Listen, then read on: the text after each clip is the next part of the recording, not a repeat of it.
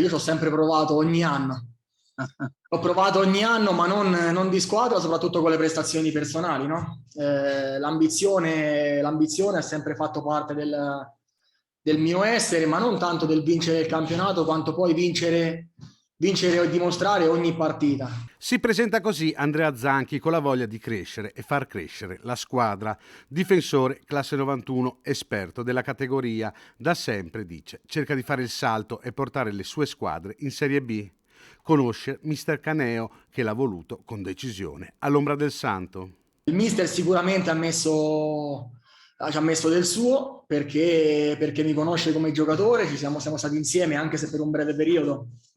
E, e poi, come ha detto lui, il discorso è che comunque sei in una piazza importante, quindi bisogna avere le coppie in ogni ruolo, dato che è un po' la difficoltà che ha trovato nella scorsa stagione con la Turris, no? Che nel girone d'andata erano terzi, poi con Covid e qualche infortunio, non avendo i sostituti di un certo livello, il campionato poi è andato, ha perso un po' insomma di posizioni.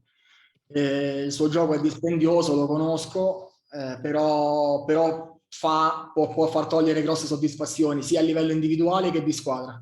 Guardare al futuro, il suo motto, le due mancate promozioni dei biancoscudati non devono intralciare questo campionato. Ripartire da quell'entusiasmo che ti dà effettivamente il calcio giocato, senza pensare a quello che è stato, tanto cioè, ormai quel che è stato. Domani la cosa bella del calcio è che ogni giorno poi ti mette davanti una nuova opportunità, no? Cioè io oggi faccio allenamento, sbaglio completamente l'allenamento, sono un giocatore demoralizzato perché oggi sto male, ho sbagliato l'allenamento, ma già domani ho la nuova opportunità per rifarmi.